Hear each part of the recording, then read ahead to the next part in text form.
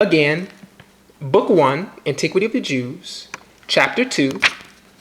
And for those of you, they have different versions of the Josephus out there, so I'm just going to read this. That way you know where I'm reading from.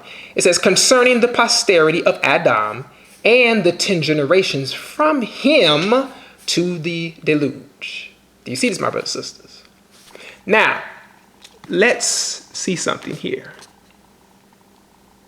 Thank you, my Father, my King. Now, this is interesting. It says, Adam and Eve had 2 sons. The elder of them was named Cain, which name, when it is interpreted, signifies a possession. The younger was Abel, which signifies sorrow. They also, thank you, my Father, keep the correction. They had also daughters.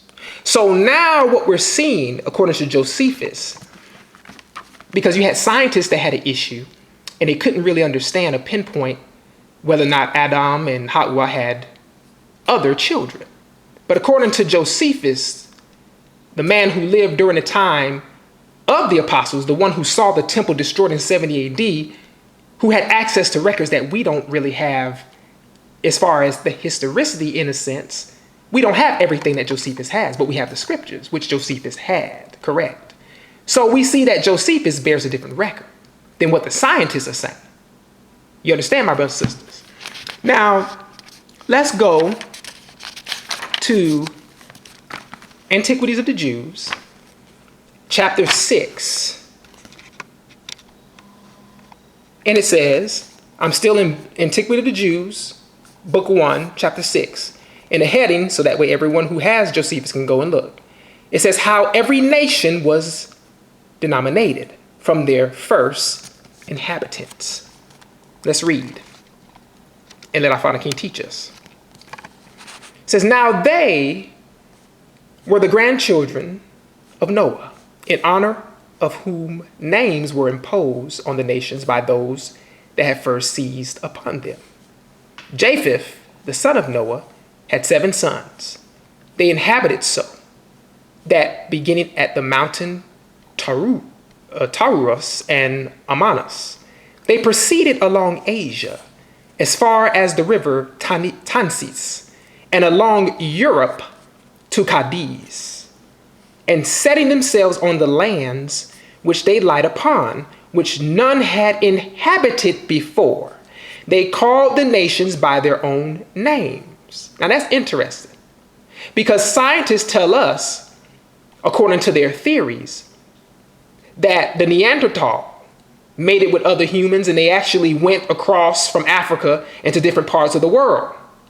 But that's not what Josephus is saying, nor what the biblical narrative states.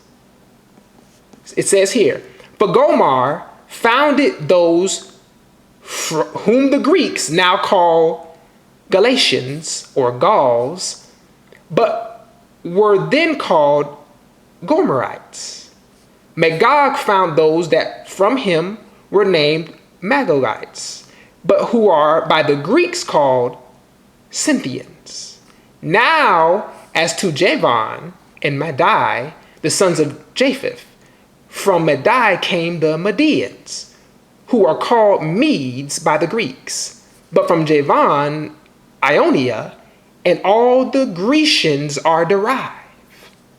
So we can see where the Europeans come from. Even Josephus bears record of that. Do you see this, my family? Now I want to show you something interesting, and you all can read this for those of you who have it online or in your homes. Now I want to show you something interesting, because now we're dealing with language. Mind you now, scientists state that when the Neanderthals, or these particular pre-Adamic men and women, that they did not have the ability to speak, that came later on. Listen here. He says here, let's go up. He says, now when I have, listen what he says, now when I have premised somewhat, which perhaps the Greeks do not know, I will return and explain what I have omitted. For such names are pronounced here after the manner of the Greeks, to please my readers. For our own country language does not so pronounce them. But the names in all cases are of one and the same ending.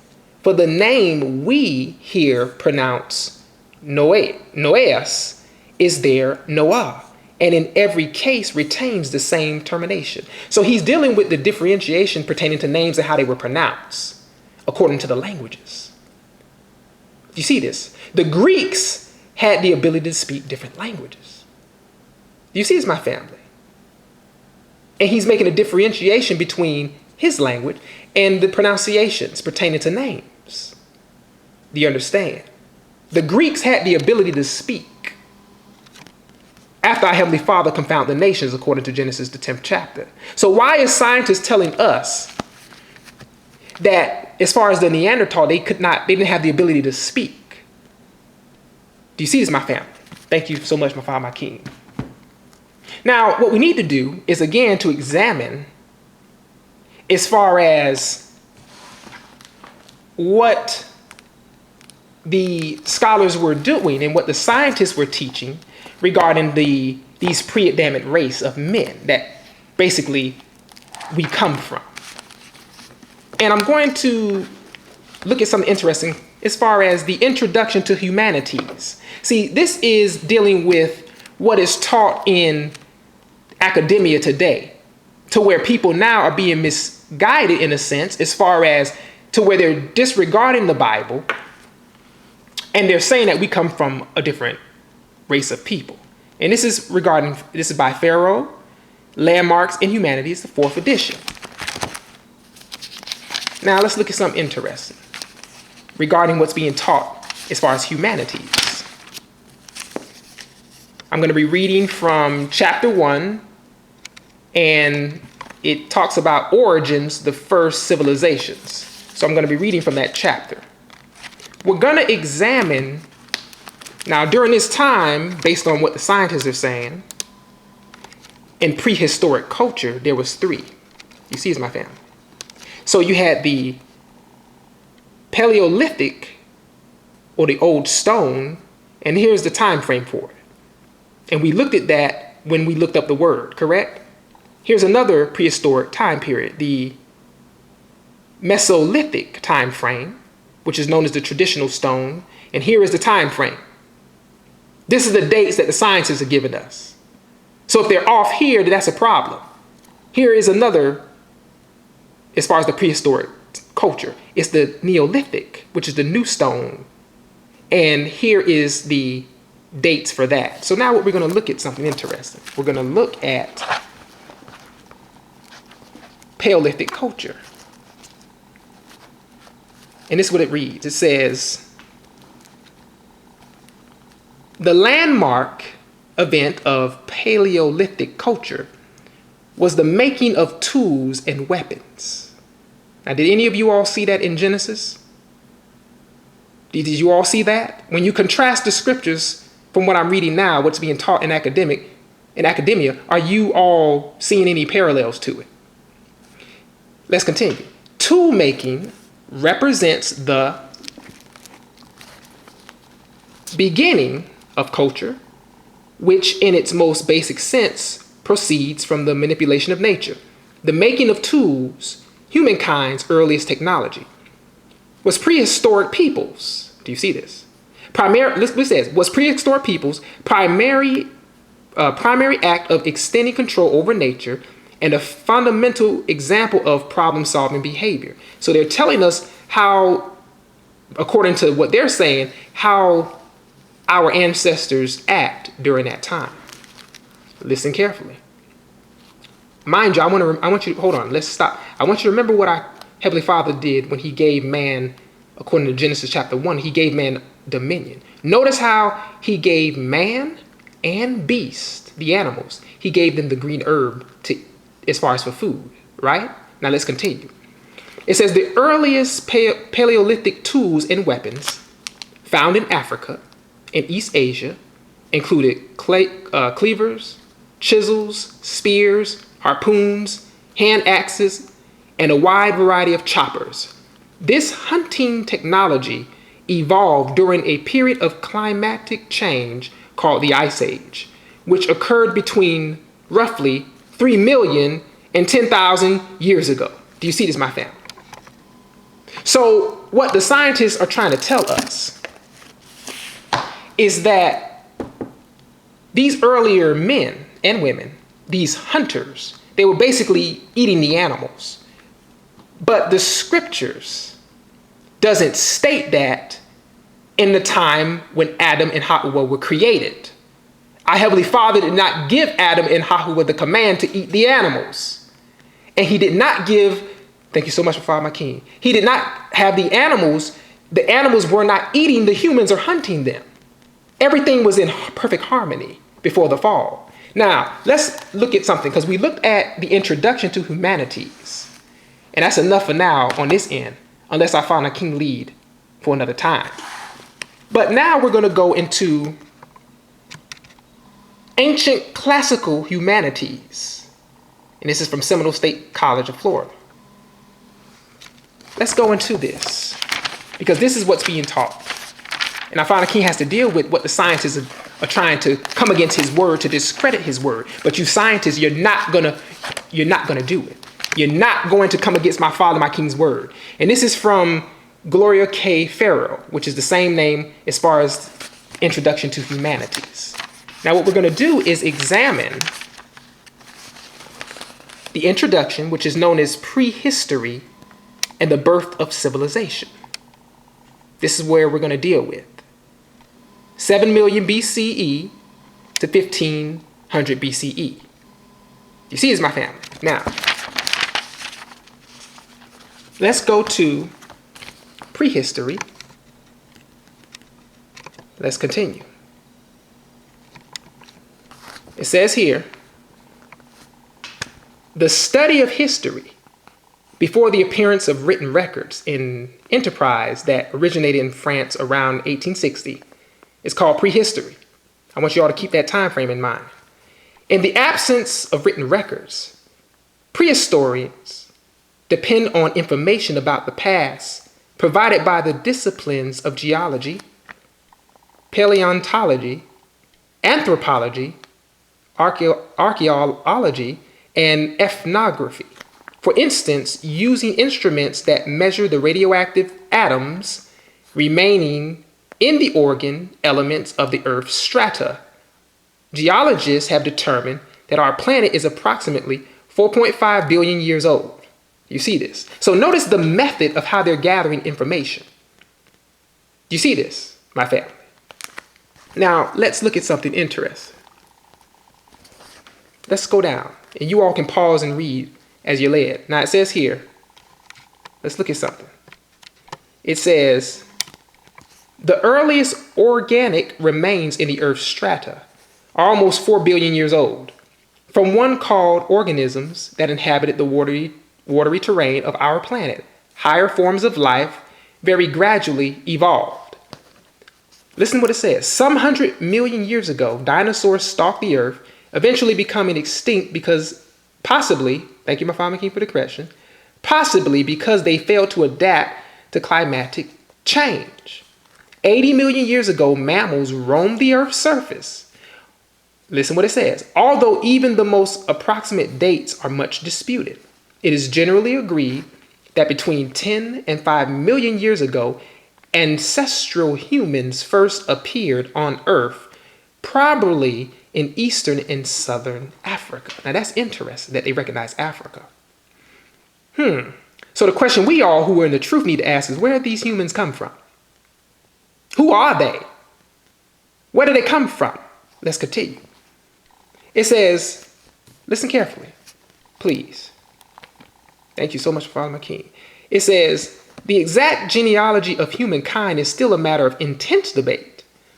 However, in the last 50 years, anthropologists have clarified some aspects of the relationship between human beings and earlier primates, the group of mammals that today include monkeys, apes, and human beings. Fossil evidence reveals structural similarities between human beings and chimpanzees and other apes. Do you see this, my brothers and sisters? See, I find our king is going to deal with what's been going on with these scientists and what they've been teaching the masses. It says, more recent research in molecular biology indicates that the DNA of chimpanzees is approximately 99% identical to human DNA, suggesting that humans are more closely related to chimpanzees than domestic cats are to lions. Do you see this?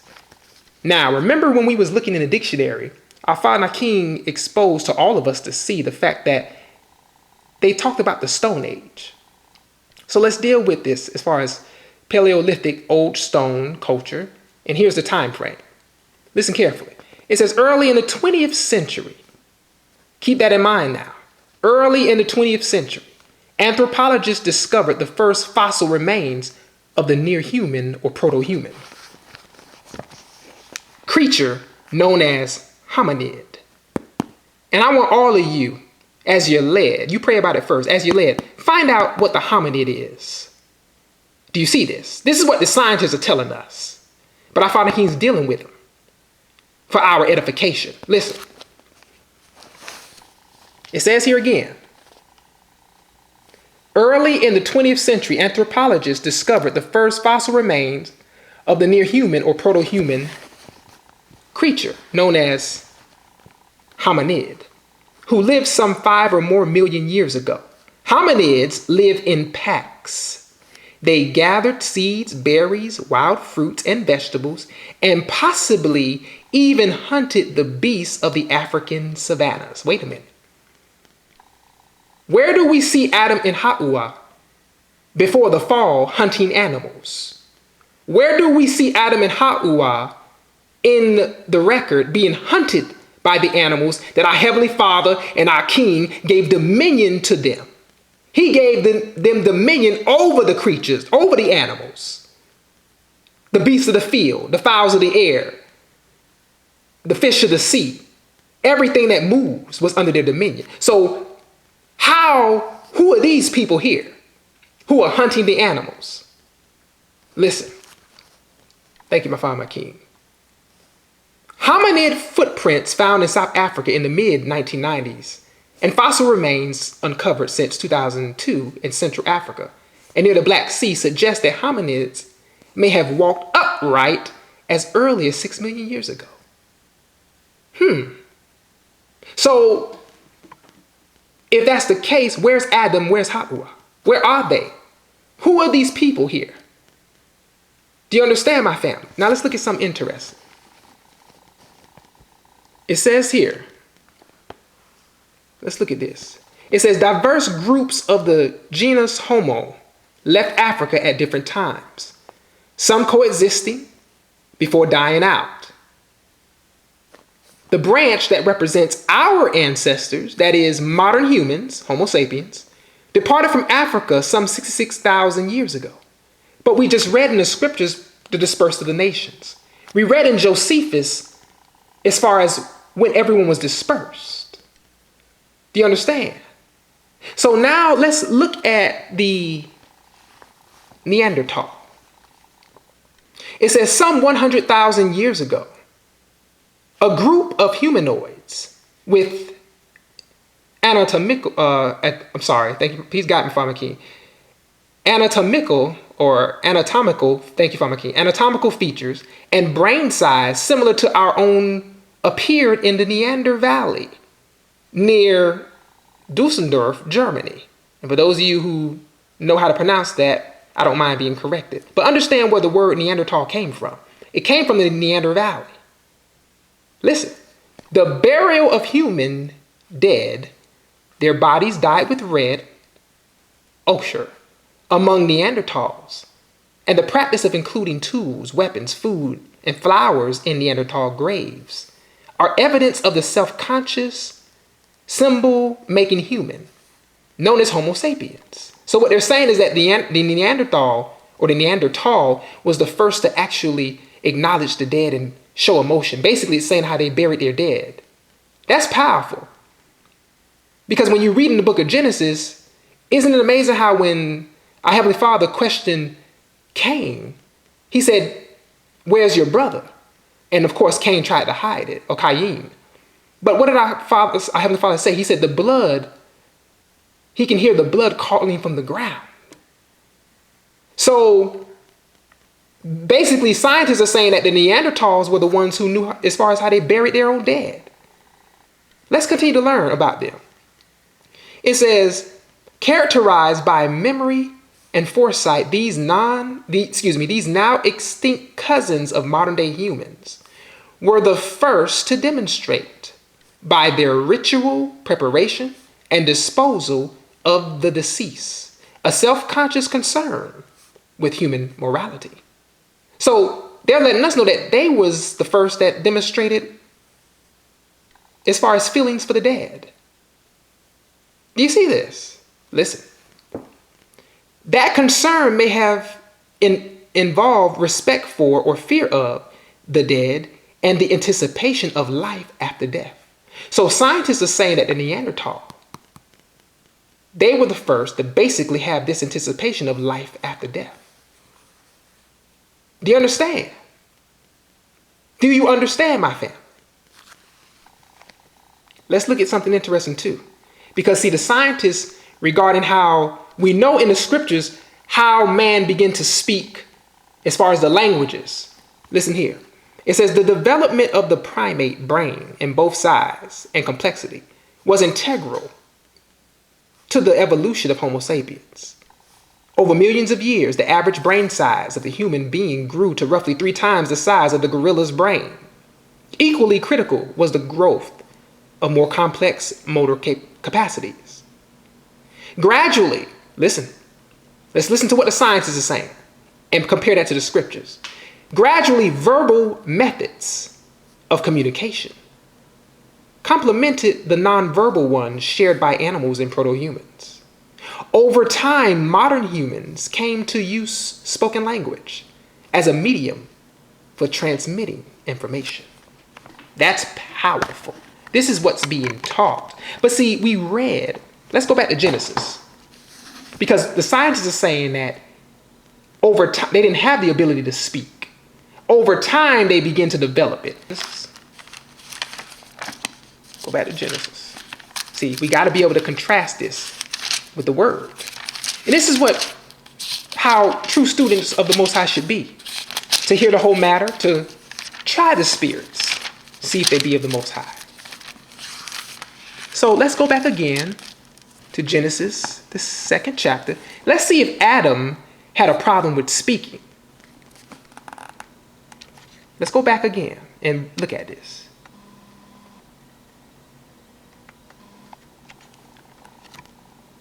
This is after our Heavenly Father, through his Son, created the woman out of Adam. Let's see if Adam had a problem speaking. It says, and Adam said, this is now bone of my bones and flesh of my flesh. She shall be called woman because she was taken out of man. Let's stop there. So according to the scriptures, and as we read earlier, Adam didn't have a problem speaking, did he? He didn't have a problem, did he? You see, it's my brothers and sisters. Now, another thing we need to look at, which is very interesting, because see, this is not the first time this has happened. Our Father King's gonna have me go to a certain source. This is as far as from the history, it has the History Channel, the Dead Sea Scrolls. This is a publication here. I want to show you something that's interesting. Because there was a scholar who actually tried to trump, basically, or discredit the findings of the Dead Sea Scrolls, which was ridiculous. But what he did do that was very interesting was that he compared it. He compared the Dead Sea Scrolls to basically a hoax or a scandal that happened in Europe regarding what is known as the Piltdown Man. See, a lot of us haven't taken the time to really look at it. So let's look at what this gentleman had to say regarding the Dead Sea Scrolls and regarding the Piltdown hoax. This was from the Jewish Quarterly Review by Dr. Zeitling. This was a man who tried to basically come against the Dead Sea Scroll findings, but what he did was try to contrast them, which is known as the Piltdown hoax. See, this is nothing new pertaining to what happened with the Neanderthal. Scientists lied before, even after the discovery of the Neanderthal. Let's look at this regarding the Dead Sea Scrolls and the Piltdown hoax. For those of you who are true students and scholars, do your research as you're led. It says here, in the July 1954 issue of the Jewish Quarterly, Dr. Zeitlin published an article titled The Antiquity of the Hebrew Scrolls and the Piltdown Hoax, a parallel. In 1912, a skull had been uncovered in Piltdown, England, which paleontologists claimed was the fossilized remains of a previously unknown early human that dated back 500,000 years. Despite some doubt as to its authenticity, the find was widely accepted by the scientific community under the name Piltdown Man. In 1953, however, the entire affair was proved a hoax. The lower jawbone of the skull turned out to be that of a modern orangutan, and the cranium came from a fully developed modern human. In his article, Zeitlin accused scroll scholars of being, and I quote, deceived into accepting the antiquity, end quote, of the manuscripts, as scholars had earlier been duped into succumbing to the Piltdown claims. The scrolls were, and I quote, composed by scribes of mediocre ability, end quote. Zeitlin wrote, and I quote, as a student engaged in writing the history of the Jews and Judaism of that period, I deem it necessary to expose the fallacy of the antiquity of the scrolls, end quote. Thank you, my father, my king. So what he did was try to discredit the Dead Sea Scrolls. He was unsuccessful with that. But what he did was parallel it to a true hoax, which the scientists had accepted, which was known as the Piltdown Man. And what they did was basically get a skull of a modern human and got the jawbone. And when you do your study, you'll find out that they even manipulated and filed down the teeth of the orangutan to make it look human.